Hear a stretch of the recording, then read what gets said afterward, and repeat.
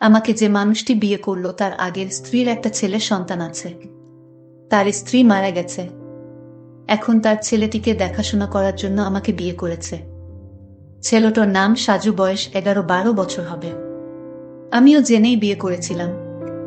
আমার স্বামী আমায় বিয়ে করেছিল তার কারণ তার ছেলে সাজুকে দেখাশোনা করার জন্য। কিন্তু সাজু ছেলেটি আমার দিকে খারাপ দৃষ্টিতে চেয়ে থাকত। আমি বুঝতে পারতাম সে আমার কাছে কি চায়। একদিন স্বামী একটা কাজে শহরে চলে গেলেন, আর এর মধ্যে বাড়িতে কেউ ছিল না। রাতে সাজু বলল, মা, আমি আমার রুমে একা ঘুমাতে পারবো না। অথচ তার বাবা বাড়িতে থাকতে সে তার নিজের রুমে ঘুমাতো। আমার রুমে ঘুমানোর জন্য আমায় প্রতি রাতে বলতো আমার আসল মা বেঁচে থাকলে আমাকে না করতে পারতো না। তুমি মুখে মুখে না করে দিলে এসব বলে কান্না করতে লাগলো। আমি বলেছিলাম, এখন তুমি বড় হয়েছ, তোমার আলাদা রুমেই ঘুমাতে যাওয়া উচিত। সাজু মাঝে মাঝে আবদার করতো আমি যেন তাকে গোসল করিয়ে দেয়। একদিন তার কান্না দেখে এবং কেন আমার রুমে ঘুমাতে চায় এই বিষয়টা জানার জন্য আমি বললাম, ঠিক আছে, তুমি আজ আমার রুমে থাকবে। রাত যখন 2টা বাজে তখন সাজু আমার সাথে যা করেছিল তা শুনলে তোমাদের চোখ কপালে উঠে যাবে। তাহলে আসল ঘটনাটা বলি। আজ আমার বিয়ে হয়েছে। বাকি সব নতুন বধূর মতো আমিও আমার বাসরাতে বসে আছি। কিন্তু আজ আমার মনে নেই কোনো সংকোচ, নেই কোনো স্বপ্ন, আর নেই নতুন সংসার সাজানোর ইচ্ছা। কারণ আজ প্রথমবার নয় যে আমি এভাবে নতুন বধূ সেজে বসে আছি। এর আগেও ছিল এরকম একটি রাত যে কারো জন্য এভাবেই বসেছিলাম। আজ হয়তো সব একই রকম, শুধু মানুষটি বদলে গেছে। হঠাৎ দরজা থেকে কারো আসার আওয়াজ শুনলাম। সে আর কেউ নয়, আমার নতুন স্বামী শাহজাহান। আমি উঠে সালাম করলাম। শাহজাহান বলল, সালাম করা লাগবে না, বরং আপনি বিছানায় যেয়ে শুয়ে পড়ুন, আমিও সোফায় শুয়ে পড়ি। সালমা বলল, না না, আপনি বিছানায় ঘুমান, আমি সোফায় থাকতে পারবো। শাহজাহান বলল, দেখুন, আমরা দুজনের কেউই এ বিয়েটা মানি না। দুজনেরই আলাদা আলাদা কারণ আছে বিয়েটি করার, কিন্তু আমরা একজন অন্যজনের সম্মান তো করি। আর আমি এরকম ব্যক্তি না যে নিয়ে আরামে বিছানায় ঘুমাবে আর কোনো মেয়েকে এভাবে সোফায় কষ্ট করে ঘুমোতে দিবে। আপনি আমার স্ত্রী, তাই আপনার খেয়াল রাখা আমার দায়িত্ব। আর আপনি যদি আমার এতটুকু সম্মান করেন তবে বিছানায় যেয়ে ঘুমিয়ে পড়ুন। আমিও মাথা নেড়ে সম্মতি দিলাম আর বিছানায় যেয়ে শুয়ে পড়লাম। এবার বলি আমাদের বিয়েটা কিভাবে হলো। মিস্টার শাহজাহান চৌধুরী শহরের অনেক বড় একজন ব্যবসায়ী। আমাদের বিয়েটা পরিবারের সম্মতিতেই হয়েছে। বলতে গেলে পরিবারের জন্যই হয়েছে।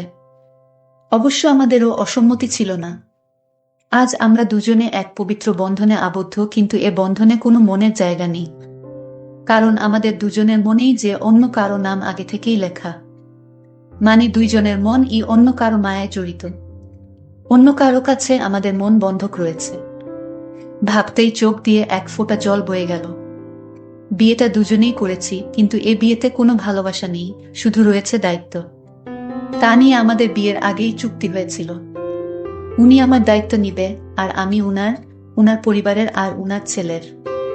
হে, উনার ছেলে সাজু, উনার আর কলি আপুর ছেলে। কলি আপুকে তাই তো ভাবছেন। শাহজাহানের প্রথম স্ত্রী, তিনি এখন আর এই পৃথিবীতে নেই। 3 বছর আগেই ইহকাল থেকে পরকালে প্রস্থান করেছে। বিয়ের আগে তার ছবি দেখে জানতে পারলাম সে আর আমি একই ভার্সিটিতে ছিলাম, আর শাহজাহানও, তারা আমার সিনিয়র ছিল। শাহজাহানের সাথে কখনো দেখা না হলেও কলি আপুর সাথে প্রায়ই দেখা হতো। সরি দেখা বললে ভুল হবে, ঝগড়া হতো। উনি আমাকে তেমন একটা দেখতে পারতেন না, এর কারণ ও আছে, আমি অনেক দুষ্ট প্রকৃতির ছিলাম।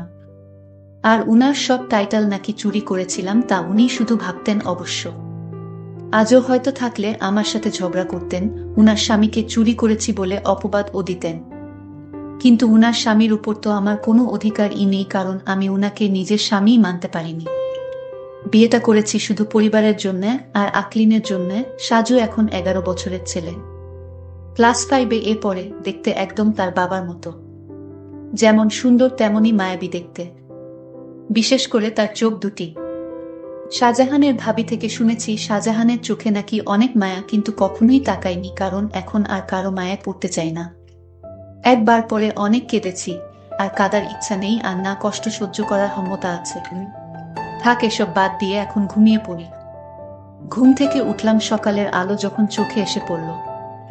উঠে দেখি শাহজাহান এখনো ঘুমোচ্ছে, কিন্তু জানালা থেকে আসা আলো তার ঘুমে বিঘাত দিচ্ছে। তাই পর্দা বন্ধ করে নিয়ে আসলাম, এসে রেডি হয়ে বাইরে চলে আসলাম। এসে দেখি আমার শাশুড়ি মা আর ভাবি আগে থেকেই উঠেছে। মা, আরে বৌমা, তুমি এত সকালে কেন?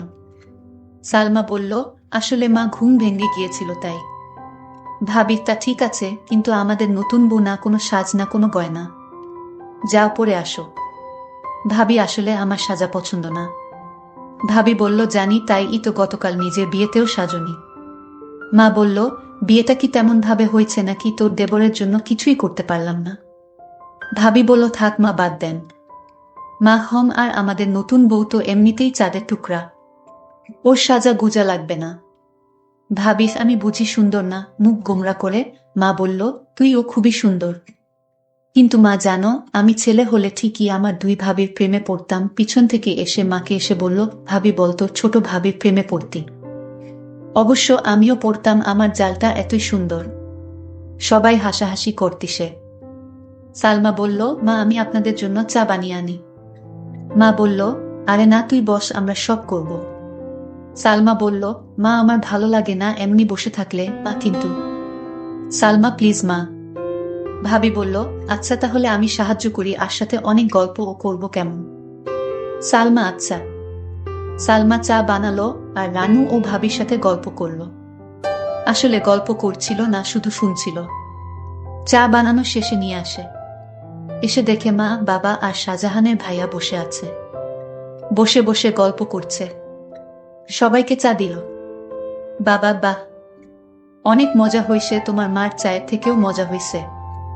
ইমন, হ্যাঁ, অনেক অনেক ভালো হইছে। রানুকে একটু চা বানানো শিখিয়ে দিয়ে। কি বানায় টেস্ট ই বুঝি না। রানু, কি এত বড় কথা, কাল থেকে 7 দিন তোমার চা বন্ধ? ইমন, নানা, আমি তো দুষ্টুমি করে বলছি। তুমি তো জানো আমি চা ছাড়া থাকতে পারি না। এভাবে সবাই চা খেয়ে নিলাম। তারপর আমি আমার স্বামীর রুমে গেলাম, গিয়ে দেখি অবাক কাণ্ড। শাহজাহানের ছেলে, অর্থাৎ আমার স্বামীর ছেলে তো আমারই ছেলে, সে তো বড় দুষ্টু হয়ে গেছে অল্প বয়সে। মনে হয় পেকে গেছে।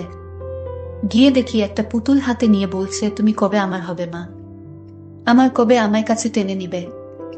আমি যে আর সইতে পারছি না মা। আমি অবাক হয়ে তার কথাগুলো শুনতে পেলাম। কোনো মাকে সে চাই, আর মার কাছে তার কিসের চাওয়া? আর তার মা তো বেঁচে নেই। তাহলে আমাকে নিয়ে কিছু বলছে নাকি? এত ছোট ছেলে এই বয়সেই পেকে গেছে। কি বলছে কিছুই বুঝতে পারছি না। কিছুদিন পর আমার স্বামী ব্যবসার কাছে বাহিরে গেলেন কিছুদিনের জন্য। সাজু ছেলেটি আমার দিকে সবসময় এক অদ্ভুত দৃষ্টিতে তাকিয়ে থাকে। মনে হয় তার চোখের ভিতর হাজারো পিপাসা। আমি হঠাৎ জিজ্ঞেস করলাম, এই সাজু, তুমি এভাবে আমার দিকে তাকিয়ে কি দেখছো? আমি আপনার চেহারাটা দেখছি, আপনার চেহারায় এতটাই মায়া যে আপনার চেহারায় আমি একটা অদ্ভুত জিনিস দেখতে পাই।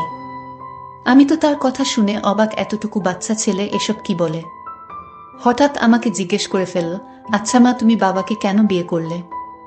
আমি বললাম, দেখো তুমি ছোট মানুষ, আর তাই তোমাকে দেখাশোনার জন্য তোমার বাবা আমাকে বিয়ে করেছে।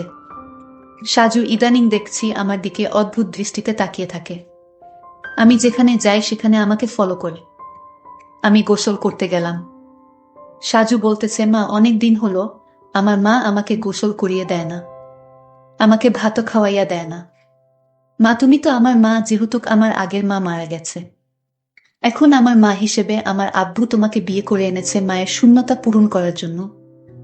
মা, আমাকে তোমার হাতে গোসল করিয়ে দাও। আমি বললাম, দেখো সাজু, তুমি যখন ছোট ছিলে তখন তোমার মা তোমাকে গোসল করিয়ে দিত। আর এখন তো তুমি বড় হয়েছ, তুমি নিজ হাতে গোসল করতে শিখো। আর তুমি এখন বড় হয়েছে, তাই এখন আর আমি তোমাকে কিভাবে গোসল করিয়ে দেয় তুমি নিজেই করতে পারবে বাবা। থাক মা, পর কখনো মা হয় না। আমি বুঝতে পারলাম আমাকে তোমার কোনো হেল্প করতে হবে না। এই বলে সাজু চলে গেল। আমি চিন্তা করলাম, আমার কি কোথাও ভুল হয়েছে? আমি তো এখন তার মা, আর তাই মা হিসেবে আমার কর্তব্য পালন করা উচিত ছিল। কিন্তু সাজু তো তার বাবা বাড়িতে থাকাকালীন আমার হাতে গোসল করতে চাইতো না। আজ বাড়িতে তার বাবা নেই। আসলে কারণটা কি? বিষয়টা আমি কিছুই বুঝতে পারছি না। এসব ভাবতে ভাবতে রাতের রান্না শেষ করে আমার রুমে গিয়ে সাজুকে ডাক দিলাম।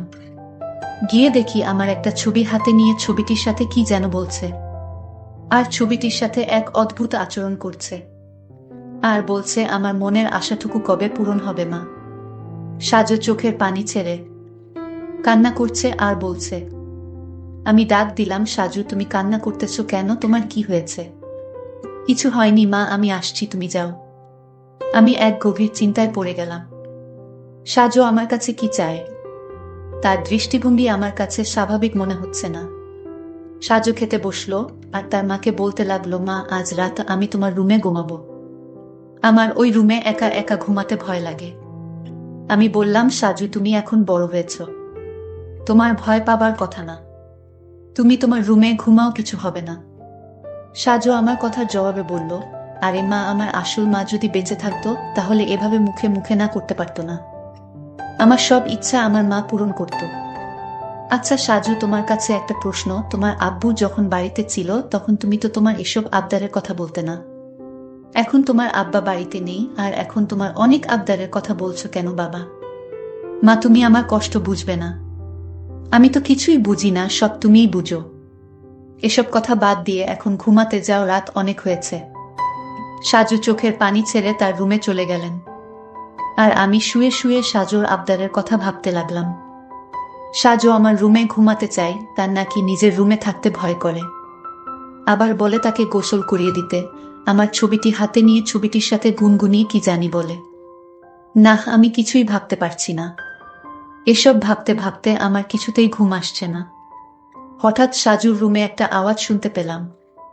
আমি জানালা দিয়ে উঁকি দিয়ে দেখি ছবিটি হাতে নিয়ে ছবির সাথে এক অন্য রকম আচরণ করছে, আর মাঝে মাঝে হাসছে, আবার কান্নাও করতেছে। আমি এসব ভাবতে ভাবতে পাগলের মতো হয়ে গেলাম, কিছুতেই ঘুমাতে পারছিলাম না। কিন্তু হঠাৎ আমার মাথায় একটা বুদ্ধি এলো। আসলে সাজু আমার কাছে কি চায় তাই আমার জানতে হবে। তাই আমি সিদ্ধান্ত নিলাম, আমি আমার রুমে তাকে থাকতে দিব। আর আমি ঘুমাবো না, ঘুমের ভান করে থাকবো। তাহলেই বুঝতে পারবো আসলে সাজু আমার কাছে কি চায়, তা স্পষ্ট হয়ে যাবে। তারপর দিন আমি সাজুকে বললাম, সাজু আজ তোমাকে আমার নিজের হাতে খাবার খাইয়ে দিব, তুমি খাবে না? না মা, আমি তোমার হাতের খাবার খাবো না, কারণ তুমি আমার আবদার পূরণ করো না। ঠিক আছে বাবা, তোমার সব কথা রাখবো, তুমি এবার আমার হাতে রান্না করা খাবার খেয়ে নাও। সত্যি বলছো মা? হুম সত্যি, 3 সত্যি। এবার সাজু খুশি হয়ে সে আমার হাতের খাবার খেলো। ঠিক আছে বাবা, তাহলে তোমার আজকে তোমার রুমে থাকতে হবে না, তুমি আমার রুমে ঘুমাবে, কারণ আমি এখন বুঝতে পারছি ওই বড় রুমে থাকতে তোমার ভয় লাগে, তাই না? হুম্মা, তাহলে তুমি আমার কষ্টটুকু বুঝতে পেরেছো না? তারপর সাজুর বাবার ফোন আসলো, সে ফোনে জানিয়ে দিল আমার আসতে আরো 2-4 দিন দেরি হবে। তুমি ছেলের প্রতি খেয়াল রেখো। আমি মনে মনে একটু খুশিই হইলাম, কারণ যদি আমার স্বামী এসে পড়তো তাহলে সাজু আমার কাছে কি চায় তা হাতে নাতে ধরতে পারতাম না। ভালোই হলো। তারপর রাতের খাবার খেয়ে সাজুকে ডাক দিলাম, সাজু তুমি আমার রুমে আসো, আজ তুমি আমার রুমে ঘুমাবে। শুধু আজ নয়, যতদিন তোমার বাবা আসবে না, ঠিক ততদিন পর্যন্ত, বুঝলে? লক্ষ্য করলাম সাজু অনেক খুশি হয়েছে। তারপর রাতে ডিনার করে আমি ঘুমের ভান করে শুয়ে রইলাম। এইদিকে সাজুও শুয়ে পড়ল। রাত যখন 3টা বাজে তখন দেখি সাজু ধীরে ধীরে বিছানা থেকে উঠে পড়ল। তারপর হাত দিয়ে সিউর হলো আমি ঘুমাইছি কিনা। তারপর ধীরে ধীরে আমার কাপড়ের আঁচলটা বের করলো, কারণ কাপড়ের আঁচলে আমার ঘরের আলমারির চাবি ছিল। আমি যেন টের না পাই, আর তাই সে ধীরে ধীরে চাবিটা আঁচল থেকে তার হাতে নিয়ে নিল। তারপর আলমারিতে থাকা তার মায়ের স্বর্ণ গহনা ছিল, আর আলমারিটা খুলে সকল স্বর্ণ অলংকার সে একটা শপিং ব্যাগে নিয়ে নিল। ব্যাগটি তার রুমে নিয়ে রেখে আসলো। তারপর আঁচলে চাবিটা বেঁধে রেখে দিল। তারপর ঘুমিয়ে পড়ল। আমি ঘুম থেকে জেগে উঠি, এটা কি করলো? এতটুকু একটা ছেলের সাহস দেখে আমি অবাক হচ্ছি, সে সব স্বর্ণ অলংকার চুরি করলো। আর এই বয়সে তার এত স্বর্ণ বা টাকার দরকার কেন? আমি তাকে কিছুই বলিনি। সকালে উঠে সাজু বলল, মা তাড়াতাড়ি খাবার দাও, আজ একটু জলদি স্কুলে যেতে হবে। ঠিক আছে, আমি নাস্তা দিচ্ছি, নাও খেয়ে স্কুলে যাও। সে তাড়াহুড়া করে খাবার খেয়ে ব্যাগটি নিয়ে ঘর থেকে বের হতেই আমিও তার পিছু নিলাম। তারপর দেখলাম একটা স্বর্ণের দোকানে গিয়ে স্বর্ণগুলো বিক্রি করে দিল। তারপর এই টাকাগুলো নিয়ে কবরের চারপাশ বেড়া দেওয়ার জন্য কিছু সরঞ্জাম কিনল। আর সেই সরঞ্জাম নিয়ে গেল তার আসল মায়ের কবরের পাশে। আর মায়ের কবরের চারপাশে বেড়া দিয়ে কবরটাকে সুন্দর করে তুলল, যেন গুরু ছাগল যেতে না পারে। আমি সাজুর এই দৃশ্য দেখে অবাক হয়ে গেলাম। এতটুকুন একটা ছেলে মায়ের প্রতি কি ভালোবাসাই না দেখালো, কিন্তু চুরি করে কেন করলো? পরে আমি সাজুকে বললাম, বাবা, আমি তোমার সব কার্যকলাপ দেখেছি, তুমি চুরি করলে কেন? মা, তুমি জানো এই গহন আমার মায়ের টাকা দিয়ে কিনা। আমার বাবা আমার মাকে অনেক কষ্ট দিয়েছে, আর তাই আমি আমার মায়ের সম্পদ বিক্রি করে মাকে দিয়ে আসলাম। ভালো করিনি মা। বাহ সাজু, তোমার মতো সন্তান যদি প্রতিটি ঘরে ঘরে থাকতো তাহলে পৃথিবীটা অনেক সুন্দর হয়ে যেত। মায়ের প্রতি এমন ভালোবাসা দেখে আমি মুগ্ধ হলাম। সকল দর্শকদের উদ্দেশ্য করে বলতে চাই, যাদের মা বেঁচে আছে তাদের খেয়াল রেখো, তাহলে দুনিয়া আখিরাতে শান্তি পাবে, সফল হবে।